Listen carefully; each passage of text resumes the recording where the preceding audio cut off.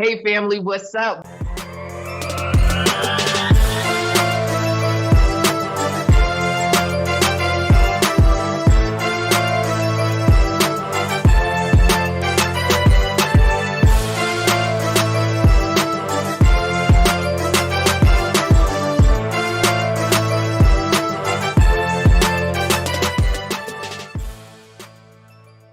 Welcome, welcome, welcome. I'm so excited today. I have Carl Gilliard, the actor, producer from, is it LA? Are you in LA, Carl?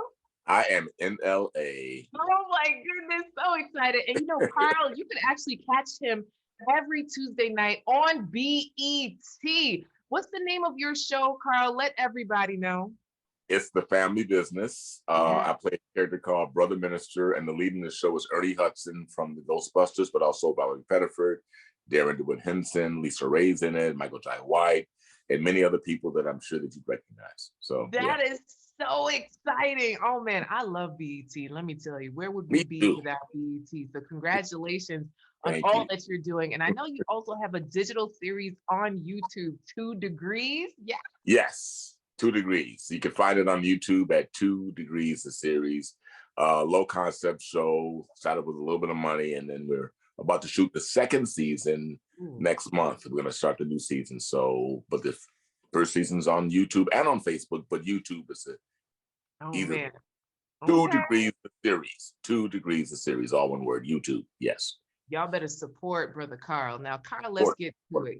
I'm really nosy.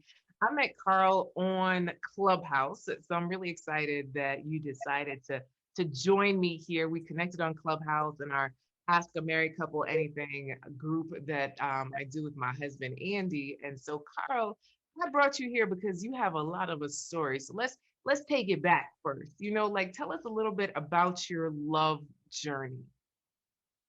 A little bit. Well, I'm in my 60s, so it's a lot of bit. But Highlight reel. yeah. Low light. So, long story short, I am in my third marriage. I Mm. often joke about the fact that I've been married 33 years to 3 different women. The first marriage was 14 years, second one 11, and the current one I'm in is going on 7 years. And I've made some mistakes along the way, shall we say? Yeah. But I count it all joy. I don't, I'm grateful for the journey that I've had. I'm grateful to be able to share it with others to hopefully help them get through it.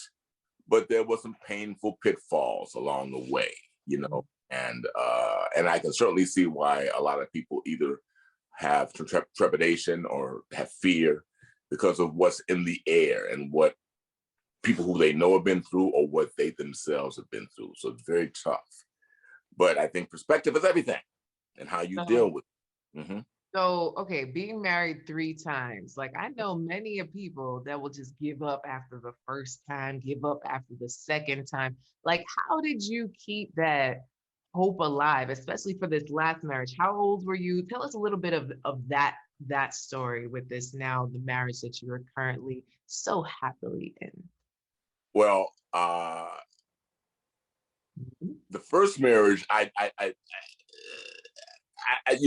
think it's all about the choices I've made, like I said. But I really take a lot of responsibility for all of it. But the first marriage in particular, I had my reasons, but I probably should not have divorced her. She was the mother of my kids, and it happened. So second marriage, though, I probably should not have married her in the first place, right? But when I married her, I never thought that it would end in divorce. In fact, I even told her when I first married her, I said, look, you can leave, but I'm going with you. So that was my attitude. I don't think she shared that. I think she had another kind of a motive involved in mind, which we're going to touch on a little bit of what I think a lot of women do, the mistakes they make in terms of that. I learned a lot about that. So how I was able to do it was I've always seen myself as a husband. I'm a believer, I'm a Christian. And so I don't see myself out there, just kind of hanging, doing my thing. It's not to say that Christians who are unmarried don't do that. I'm just saying that I place a lot of emphasis and priority on my behavior, even when it's bad. I take, I want to do the right thing. Mm. Oh, and after the second marriage, I probably should not have done it again. Once I got out of it, I was pretty much saying to myself, I'm done. I'm not doing it again. But somehow within a year after the end of the second marriage, I was married again. No way. Months. Yeah. Yeah, but I'm so grateful. I think that God. Wait. How did you meet? Come on, because all the ladies want to know. How did you meet, Carl? It was almost like happenstance. I was at an event, and I was dating already. I'm telling you, I don't let no grass grow under my feet. Okay, you okay, go, but I'm gonna replace you. I don't mean to be mean about it, but I'm just saying, I'm not that alone thing. I guess I don't know the story, but I was with a date, and I was at this party, and my wife walked up to me at the party. She said, "Hi, my name is LaTanya Black. I'm your Facebook friend." Hmm. And I said, "Okay." She was pretty. I said, "Okay, you're my Facebook friend." I introduced her to my date. I made a mental note of who she was. I went home and I looked her up because it would happen to me all the time because I have a pretty large Facebook following in terms of my page is maxed out. So I wanted to make sure I knew who she was. It happens to me a lot. People say to me, "I know you from Facebook." So I wanted to make sure that I made the connection of who she was. I did remember her name though, but I wanted to make sure. So I went home and looked her up and said, "Okay, there she is." So a few months later, we broke up. This young lady that was dating, we broke up. So I was at home one day, Saturday night or whatever, on Facebook. I see the green light of LaTanya Black. I said, "Oh yeah, that's a pretty girl, pretty chocolate girl I met at the party." That's what I said to myself. I'm gonna hit her up. So I typed into her. She typed right back. I said, "Oh, okay." She typed right back. So we started talking, and it turned into a very lengthy conversation right on the spot. I mean, we just clicked instantly. Wait, And you ended up chatting the whole time, or you actually got on the phone? well, we did chat on there, and then she sent me her number, and then I called her. So it was both. So we chatted online for a while. We probably talked, I don't know, 2 or 3 hours at night between the online transmissions and the phone conversation. And then we decided to meet. Yeah. And then we met for breakfast, and that was it. I mean, literally, that was it. And I wasn't thinking, "Oh, I'm going to marry her." I wasn't thinking like that. I was thinking like, "Oh, okay, I'm going to date her," because I had some other ladies that I was kind of checking out too. I didn't see it at the time as anything other than, "Oh, we're going to just check out." And then I think what really won me over with her was she was so positive and kind, and she wasn't pushing me. She even knew I was dating other people. Yeah. She knew it. I said, because I'm not the kind of dude that's gonna say, I'm, lie to get whatever I want. I was always very clear. And by the way, I always felt that a lot of women never appreciated that, but that's a whole other story. I don't think that ladies appreciate when a man comes at them correctly. What you dating other people? What's that about? Or they don't believe. It's like they don't believe you when you tell them things. It's like that to me was always a red flag. As a man, if I tell you how I feel, what I'm doing, and you bring a whole bunch of other stuff to the party, I'm like, "Oh, okay. X, gone, done, finished. I'm not gonna waste time." So she was positive. She knew you were dating other women, and she was like, "Okay, when we going out?" She said, yeah, she was, and then, to hear her tell the story now, she says, "Well, I was dating other people too." But okay, but I mean, I didn't care. I mean, because I was dating other people, you know what I'm saying? Right. I didn't care that she was dating other people. She was very available to me when I called her. And that was it. But when I met her, I was already dating somebody else who I kind of liked. Okay. Already, when she came into the picture, she was not even in the first position. She was like in the second position, my wife, current wife. It's like second. How did she move up to first position, Carl? She just did herself, just being her. I just, I mean, because the other person was very cool and I liked her. She wasn't like she was awful. She was really, really nice. And I think I spent more time with LaTanya. I think might have been a little bit of it. And the second part of it was that she was just so kind and so nice, and brought a lot of positivity to my life. She brought value. Yeah. You know, every time I was with her, and then there were things that would happen, like, you know, I told you I'm a producer, and I would do like little events that I produce, and she would show up and help and stuff, and she would just love on people. She does the same thing now. You Mm. know, I have these female friends. She takes all my female friends, and they love her more than they love me. They don't talk to me anymore. They love her. So I'm just saying, she just has an effect on everybody who, to this day, Yeah. she meets people that are friends of mine, and they love her more. A quick story. So, legendary actor, director, I'm not bragging, but he's just my friend, Bill Duke, great friend of mine. Me and Bill are like, that's my brother. Bill loves LaTanya. Bill don't like me. Bill likes LaTanya. Straight up story. I mean, so, you know, she just So does that with all my friends. there. There's something there. So one of the things I normally tell my clients, how important it is not to date in just a silo and get to know your people's people, right? To be able to understand who it is that you spend time with and what is that? Because so many times your friends and family will see something that you don't see, or, you know, it could all be wonderful in terms of building a life together. So what was that like, introducing her to your people and vice versa? Well, you know, I hate to do a comparative study, but I will for the sake of this discussion. My second wife, I'm not saying no one liked her, but a lot of people didn't like her. And I should have, and it came out later. The people who have come to me after I split with her and said, "Oh my God, I don't know how it lasted that long." Or she was this, she did this to me in this place. She said this to me. She looked at me this way. I mean, I've heard so many stories like that. Now people like her, but not like LaTanya. So yeah, you're right. I think that, and I didn't listen really, you know, with the second one because there were warnings there. That's why I don't blame her. To your point, Right. compared to LaTanya, who people just embraced her from the time we started dating through that whole process and even afterwards. That's still true today. Yeah. She makes me look better. She makes me look better. People want to hang out with me because they see her choice. If he chose her, then he must be all right. I mean, literally, you know, that's what's happening with me. And I'm an okay guy. You know, I've got, you know, I'm older, so I'm, you know. Oh, how old were you when you two met? I was 56, I Wow. think. Something like that. 50, yeah, it had to be 56 because my second marriage ended when I was 55, which was what made it so devastating.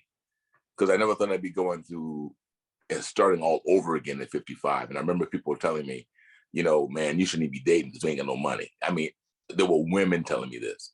You shouldn't be dating because you have no money. And how wrong they were. Mm. How wrong they were. Because there was a friend of mine that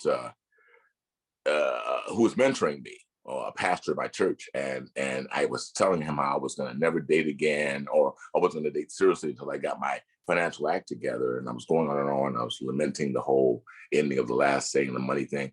And after I got done on this rant, he looked at me in my eye and he said, "Carl, don't do that."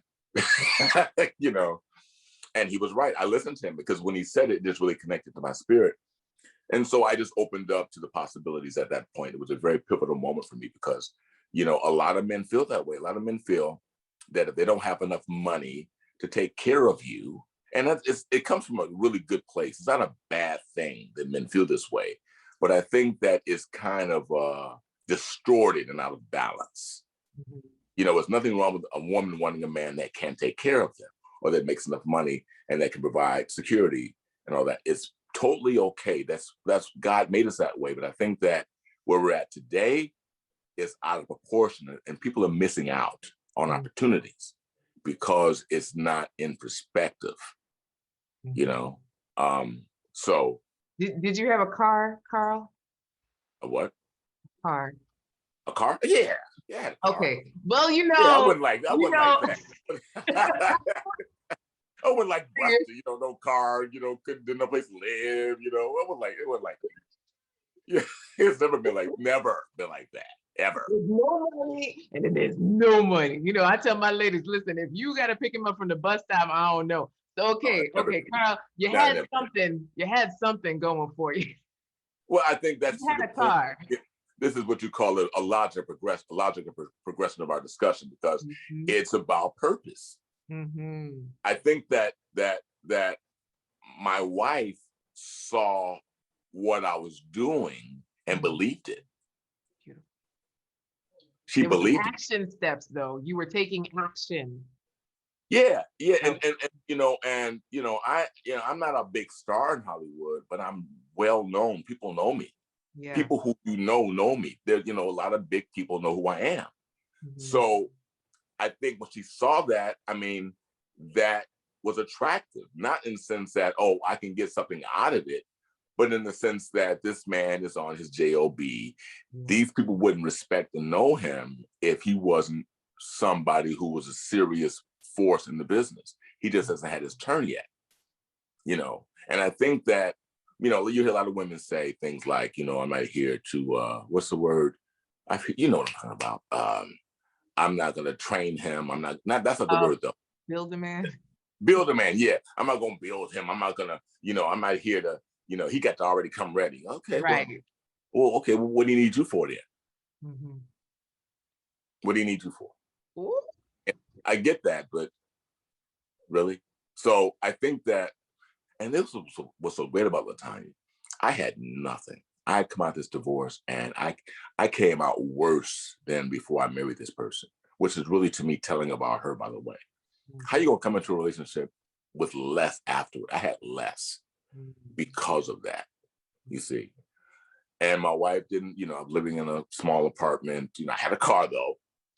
I could take care of myself. I've never needed anybody to take care of me, but I just, and she just saw it. And I think that as a result, I think that my career is flourishing because it's my turn, but also because of her. Also because of her. I just know I could just give you anecdote after anecdote that it's because of her. Yeah. So there's something about being tethered to someone that believes in you, uplifts Right. you, and supports you, no Right. matter what you're doing. But as long as they respect what you're doing, that makes the huge difference. And LaTanya believed in what you were doing. Well, I think that to the point of purpose, and I'm going to talk about this in my clubhouse room tomorrow, actually, from a man's perspective in terms of purpose. I believe that women must buy into the purpose of a man, totally buy in. It doesn't mean that she doesn't have her own purpose or her own goals in life, because my wife has. It's a very gifted person. My wife is very talented in her own right. Yeah. And I will support anything she does. But for a woman, in terms of the idea of respect, because men, we need respect. We need the encouragement. We need you to help us. You guys don't need our help. It's a whole different thing with you guys. But that's why you guys are there. So if you don't buy into our purpose, and hopefully if you didn't have one, then that's a whole other thing entirely. That's what you can't do. You can't create purpose in a man. If you buy into a dude who doesn't know what he's doing or what he's here for, then you're gambling. But if a man knows what he's doing and you see it and he loves you, oh, slam dunk. Because when the stuff goes down and things get tough, you won't lose respect for that man, or if you have a dry spot, like my career goes into a dry spell. I had a dry spell for the first 4 years I was with her. She never gave up. She always believed in it. She never stopped. I was one that wanted to quit. She said, no, you ain't quitting. You're not quitting. And to this day, she just sees so many great things. I said, you see that? Oh, yeah, I see this. Oh, blah, blah, blah, blah. She just starts talking about all these things. She speaks of his life to what I'm doing all the time because she believes it. If you marry somebody as a man who's purpose-driven, who knows what you're doing, and your wife don't believe it, which is what happened in my second marriage. That's what I learned. Wow. That's what I learned. Wow. And so I can't blame her because she just didn't get it to this day. I bet she's surprised if she knows I'm on TV. She probably does know. She's probably heard about it. I know she doesn't believe it. I know she's shocked because she didn't see it. Mm-hmm. Then that's what happened. We just did not work out at all. And then the thing she'd say to me, she would talk me down, tell me that I wasn't gonna ever make it, how stupid I was to keep acting, take care of your damn family. I mean, these are things she was saying to me. And it was so hurtful to me. And then I would hit back, I would say things back to her that wasn't very nice. So we were just like boom, boom, verbally, just back and forth. And that's chaos. And it's just amazing how this is a total 180 and a beautiful, flourishing space where some people would have had that relationship and say, you know what, relationships, I'm done. I'm not good at them. They just can't work out. To now look at this, when you're in the relationship with the right person, how amazing it can be and how much you can grow. I believe it is really a mirror situation. You have to look in the mirror. You have to own whatever you brought to that situation, even if you just chose the wrong person for you, or if you have attracted the wrong person to you. What was inside of me that brought that into my life? I think that if there's anything that I can say that made me change and be willing to do it again, is accountability, introspective thinking, ownership. And don't let it drive you to depression. Let it inspire you. Ask God to really look inside, what's inside of you that's causing this, and make the correction if you can. I mean, if you do that, if you take ownership, I just find that when people, have that, just in my opinion, it tends to be people who are pointing outward. This happened to me. This happened to me. Not taking any ownership for it. It's just, or what happened. That's very, very depressing. That makes you not want to do it, because the fear will just to consume you. When you take ownership of it, then you can say, okay, I can change this part about me. I can prepare myself for what God has for me. I can be open now to love again, because I'm owning my own choices. So in my mind, and then I'm kind of a positive person in general too. I'm a pretty positive. I love people. I think people can change, and you hear people say, "Oh, people never change." No, people can change, because you can change, right? So if you can change, then people can change. So I'm just, I just love people. So that's a part of it as well. If you don't like people, if you're cynical,